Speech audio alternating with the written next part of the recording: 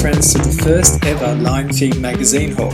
My name is Michael Wojkowski, and I used to do these magazine reviews a while ago, me talking while I was flicking through things. I haven't done one for a while, so I'm possibly a bit rusty, which you'll have to bear with. Plus, I've changed the format slightly. I've broken it up into 3 sections. So you now have news at the start of the video, then we have the magazine reviews, and then at the end I'm going to do a thing I'm calling views. So news, reviews, views. Et voila! We start with magazine-related news. And our first bit of news is in regards to Sup Magazine, music magazine Sup Magazine, who recently reached their Kickstarter goal and have put on a festival that they're calling a Day in the Desert.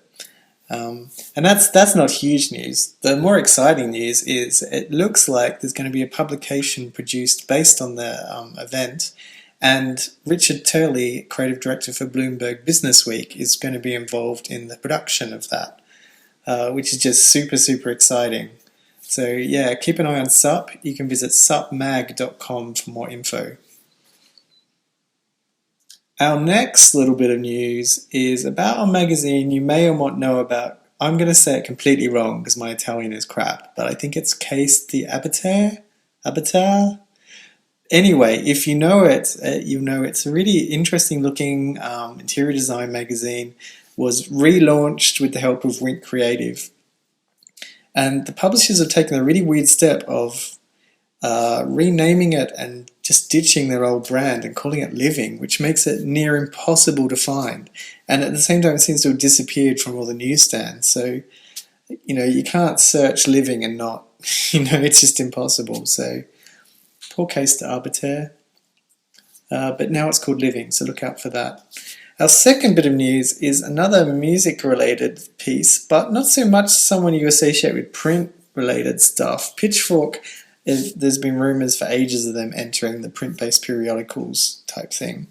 What they have revealed, though, is a weekly iPad app, similar to Esquire's weekly iPad app, in terms of it's weekly and it's an iPad app. So the print aspect might be a way off yet. We'll see. And that is news.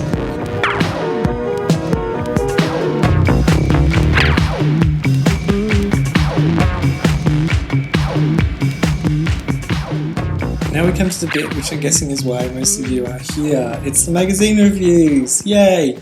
And we start with Cat People magazine, which is just, I have to say, off the bat, a really lush publication. Like, beautiful stock, really lovely sort of photography.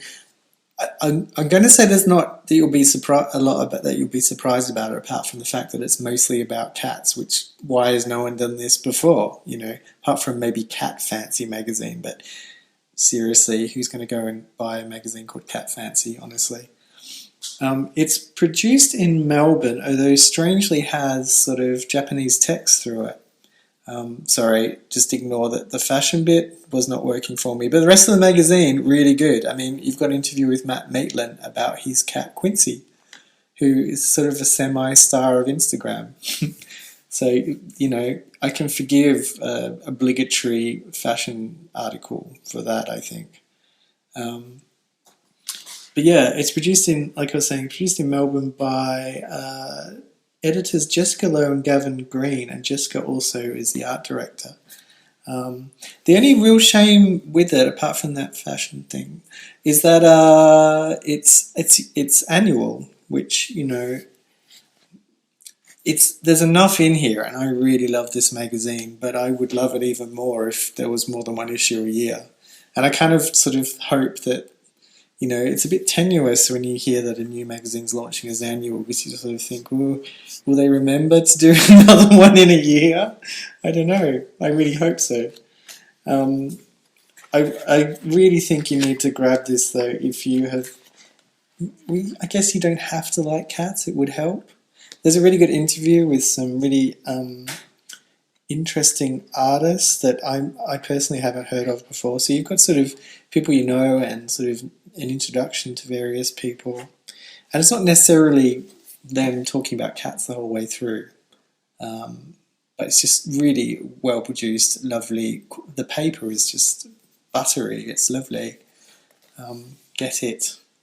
And this is just obligatory because we're talking about cats, and Grumpy Cat, oh my god, is on the cover of New York Magazine. That's pretty much the only reason that I filmed that bit. And I'm going to show you Grumpy Cat inside as well.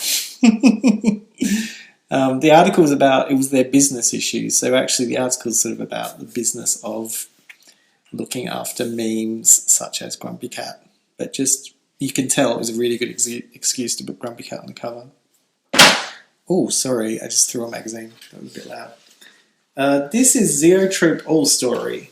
Now, Zeotrope All Story comes from the Coppola family. So, like Francis Ford, Sophia, Roman, they have all these other weird businesses that they look after, including wineries and all sorts of stuff. And one of these offshoots is this, Zeotrope All Story. This issue is a bit old, but I wanted to show you it because it's designed by Jeff McFetridge, who cut his teeth on the Beastie Boys magazine Grand Royal and has now sort of become more of an artist. So you can see, if you compare this to, issues of Grand Royal, it's so pared back. It's almost anti-design. He's almost tried not to design it as much as possible and just sort of used pages to illustrate his paintings and his artwork, which I'm not complaining about at all. I'm a big fan of Jeff McFetridge. I think his work is absolutely lovely. It's interesting, though, to see it's a real progression from sort of being really busy artwork to this really plain sort of laid out text. The Coppola connection I just want to point out is Francis Ford is a founding editor, apparently.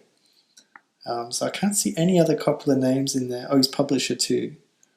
But I'm sure there's more family members involved than you can tell from the masthead. So that's Zeotrope All Story. Oh, so you're going to hear me throwing them. Can you hear that? Sorry. I'll try and be gentle. Gratuitous Type is an awesome publication. This is so well produced, and I shouldn't sound so surprised, but it is an independent title. But just the attention to detail in this is just beautiful. It's produced by Alana Shalenka, and I really hope that I said that right. Feel free to correct me, Alana, if you feel the urge. Do it on Twitter in front of everyone. That'd be good. I'm a big fan of this issue because it has Fannette Miller, who is one of the most she works in France, and she's happy just working for cultural institutions, in France, and isn't really big into promoting herself outside of her sort of client base. But she is one of the most interesting designers around, I think. I think she really needs more. I don't know if she'd want more recognition, but she should have more recognition than she has. And there's a whole interview with her in here. Plus, Geordie, oh goodness, am I going to tell you his name? I was going to try and pronounce it. I need to practice my Dutch. Oh, sorry, Geordie, it's too late. Oh no, Geordie van der Nieuwendyk. I hope that's right. He's in there too, and he's a real, current fave illustrator of mine as well. So it's just packed full of really good interviews and just so well produced. I can't praise that enough. And it's probably the cleanest, what's this copy line? Pamphlet of Typographic Smart. It's the cleanest smart you'll ever read. But we've moved on. And this is a sort of book. I don't know.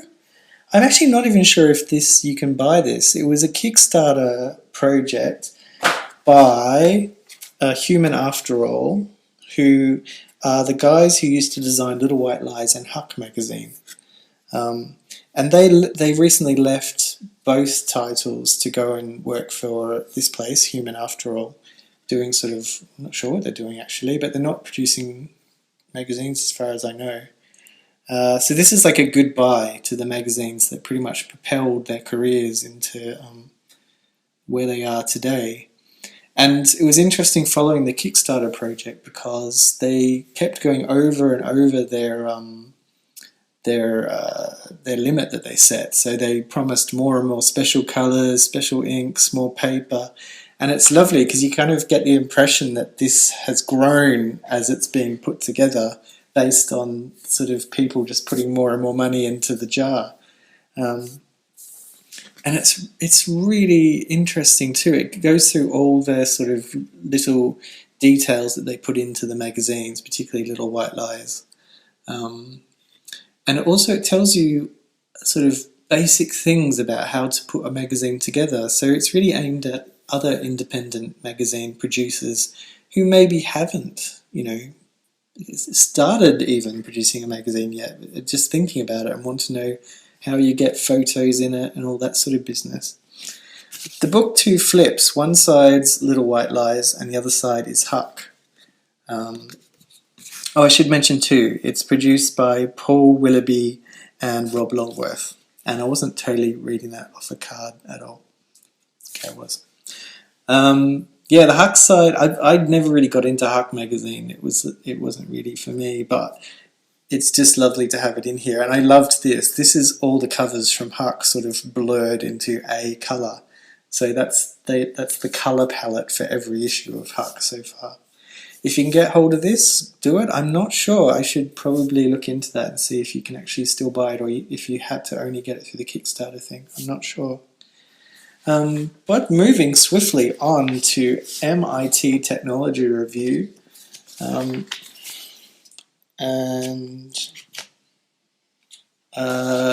I saying? So I was just checking that I was still recording. I am. It's fine. No one panic. I've been checking out MIT Technology Review for a while, but I haven't bought many copies, and I think it seems to be under a new art director. I think it's been good for a long time, but this new direction they've taken has just made it really clean and brought a lot of it into sharp focus. And I think too, I've been looking for Bloomberg Business Week is a massive title, and has all the signs that it should be hugely influential, but I just think it's really hard for other magazines to reproduce what Bloomberg Business Week do, which is what makes them so interesting. But here is, I think, an example of the influence that Bloomberg Business Week has had on designers starting to filter through. It is pretty much designed like a really cleaner. Bloomberg Business is weekly. This is produced every 2 months, I think. So it's got more time to lay things out a bit more carefully and just take the time with how it looks. The main thing that makes me think apart from the way it's laid out, I think it also uses the same typeface as Bloomberg Business Week, which is like a redraw of Helvetica. So that sort of is the other reason why it sort of gives me that impression that it's been highly influenced by that other magazine. This too, I love when magazines refer to their old issues, and MIT Technology Review actually have PDFs of every issue they've produced on their website for you to look at, and it's worth it just for the covers. I spent ages just going through the covers, but the whole issues are on there. It's very good. Love a magazine archive. Art Review Asia. Art Review is a British title, and this is like its Asian sister. This is only the second issue of the Asian copy, and it's got a really strange editorial sort of saying, this is why we're in English, we're sort of sorry but not really, which is just odd. I really don't understand why they had to write a massive thing in English about why they're in English. I think actually they'd do better if they actually produced some of the magazine in other languages. I think it just makes sense. If you're not talking someone's language, they're not going to read you, pretty much. What I was going to say is the English version was redesigned by John Morgan's studio, like the last issue, I think. So this is the second issue I've seen with the new layout and redesign. And I really felt the other one, the English issue I saw, I felt it was far too cold. It looked like how art magazines looked, before they discovered design. It really looked like it was dragging art magazines back to this horrible black and white text-based drudgery, that just, yeah, did them no good. But seeing this issue, which probably might have slightly different designers, I'm not sure, I think the design's actually starting to work already. Like, I really warm to this, and I think it's really helped by, oh goodness, I don't want to say the artist's name. There's sort of, oh yeah, on the cover it's by, Rick Cavit, Tiravagila, and Felipe Pereno. Oh my god. But their artwork is scattered throughout, and it makes it a really strong issue. Sorry, that was a bit scatty, wasn't it? I need to talk about Miss Vogue Australia because I think it's really good. I'm really happy with this. I think actually, Australia, you just need to get rid of Vogue Australia. Just turn this into Vogue Australia. Get rid of, like, why do you need one that's actually really good? And really current and talks about really interesting current things, and then have this sort of dowdy older version with like James Packer's misses on the cover or something. I really like, you see Miss Vogue Australia and you think this is what Vogue should be. You know, they should just really ditch the other version. It's been going for too long. This is the fresh blood. This is what fashion is about, being current. It's not about supporting the old guard or whatever, and this is just lovely. It's well designed, which is something Vogue Australia, the older title, hasn't been for a long time. Miss Vogue is real. I think it looks really good. I think it looks current. The photography is just really startling. Like, you would not see this sort of quality in Vogue Australia. It's storytelling, which is something that hasn't happened for a long time. I think a lot of the older fashion magazines have just got used to selling off the page, and they've forgotten to sell, or they've forgotten to provide sort of aspiration and lifestyle. They're just selling clothes off the pages. But here in this, you get storytelling, and it's really lovely. The typical thing that happens with fashion magazines when they go young is everyone's smiling and jumping around, so that happens. But then you also get these lovely sort of graphic compositions that, I don't think they're particularly aimed at, the younger market. I just think they're really smart. The other thing is too, this sort of recognises that younger audiences are smart. It's not talking down to them at all. If anything, it's elevating them above their peers, which is a really healthy and pretty amazing thing for a magazine to do. I mean, if they're going to interview Kim Gordon, they're doing, really well. So I hope Miss Vogue takes off and is really good. And get that. Don't get Vogue Australia. Horrible. Get Miss Vogue instead. Okay, Surface has gone through a massive, massive change. And I need to grab it because I wanted to say who art directed this issue. By the way, that cover so confused me when I first saw it. I thought the magazine was called Ian Schrager. Surface.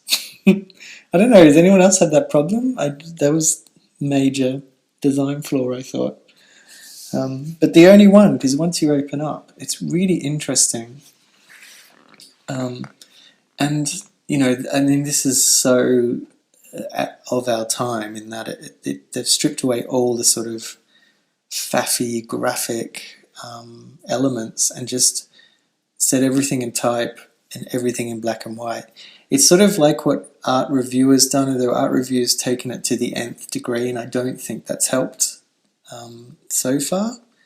But this has still got a lot of character. Like, we have these lovely sort of washes of colour that break up the magazine for a start, which is really nice. But you can see the photography is super pared back as well. It's really interesting. I can see this happening a lot more in more and more magazines. Once we move away from the sort of tweeness of having everything centered and classic sans serifs, the next thing I think we'll see is this sort of textbook almost sort of design, and lots of really rigid sans serifs. It is art directed by Noe and Associates, Noe with 2 dots. What's that? And the reason I think they're interesting is because Nick Tweedy used to design Graphic Magazine, is now working for this agency called Noy and Associates.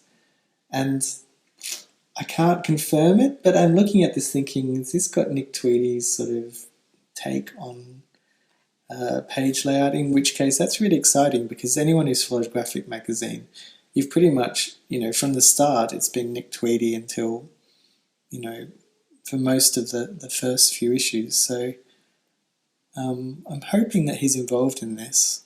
The agency he's working for in New York definitely are anyway.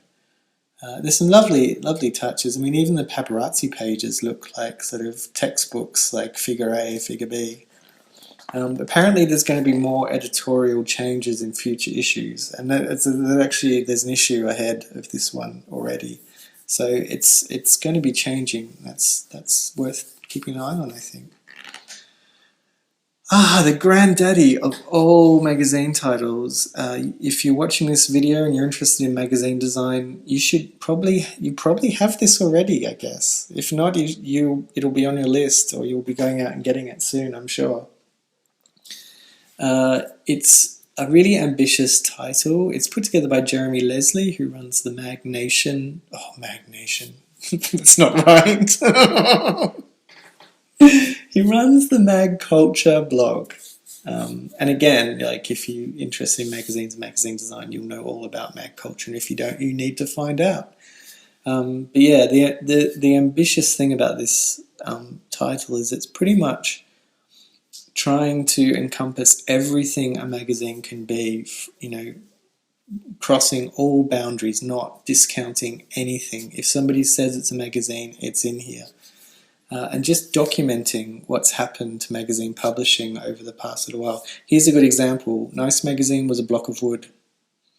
That was it. You couldn't open, it had no pages, it was just a block of wood. I remember it being sold around London and just picking up and going. It was expensive too, block of wood, just with a masthead on it. Quite bizarre. Oh, see, Fire and Knives had to stop there because they stopped publishing recently. That was a really good magazine, one of my favourites. And Little White Lies that we talked about earlier, who unfortunately now have a new art director who I'm not too fond of. Pretty much it's Timber Smits, who used to look after Wooden Toy magazine, and I just think that's one of the most horrible magazines I've ever seen, and Little White Lies is one of my favourite titles, so I'm really upset that they've got this art director working for them now. But hopefully they can push through. They've got their 50th issue coming out, so that's quite exciting.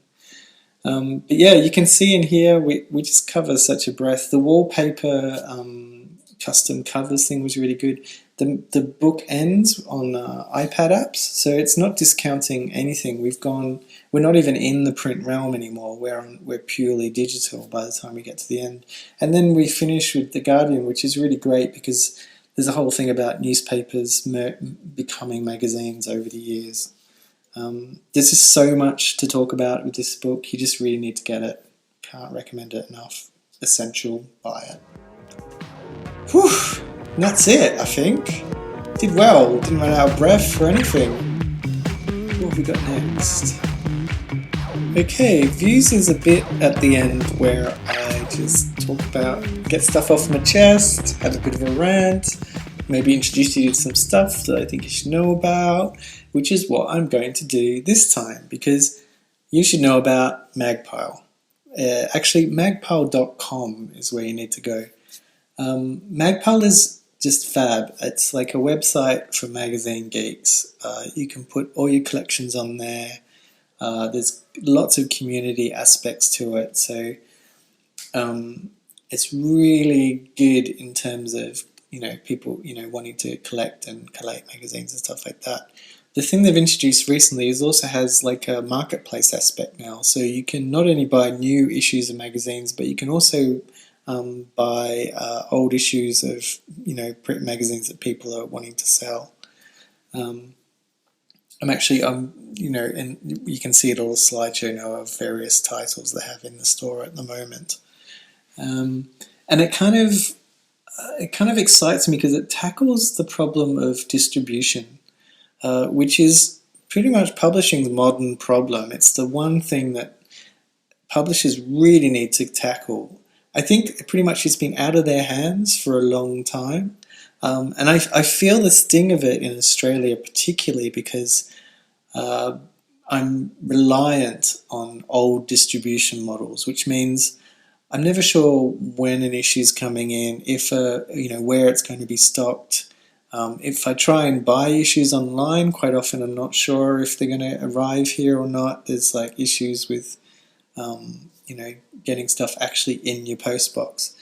So moving stuff online and doing stuff like this is just really exciting, and I think publishers all over the world need to be looking at the Magpile model and just seeing what's happening and just really supporting it and getting in there, getting stuck into a new type of distribution, because it is a problem that isn't going away and it needs to. People will be a lot happier once distribution is sorted out. So that's my sort of little ranty bit. Visit magpile.com, it's friggin' awesome. Also visit linefeed.me, because that's the Linefeed archive. And you can also tweet and message me at Linefeed on Twitter. And there's a lot more going on the Twitter feed. The blog is more just sort of an archive now, but if you go to the Twitter feed, it's updated a lot more regularly, and there's all sorts of snippets and news and all sorts of stuff. Plus, you can chat, you can say hi, and, DM me and stuff like that. So yeah, the website, linefeed.me, the Twitter feed is Linefeed, and then we also have Tumblr, which is Linefed, because somebody else had Linefeed. And that's me done. Thank you so much for viewing. Thanks for stopping by, and keep yourselves nice.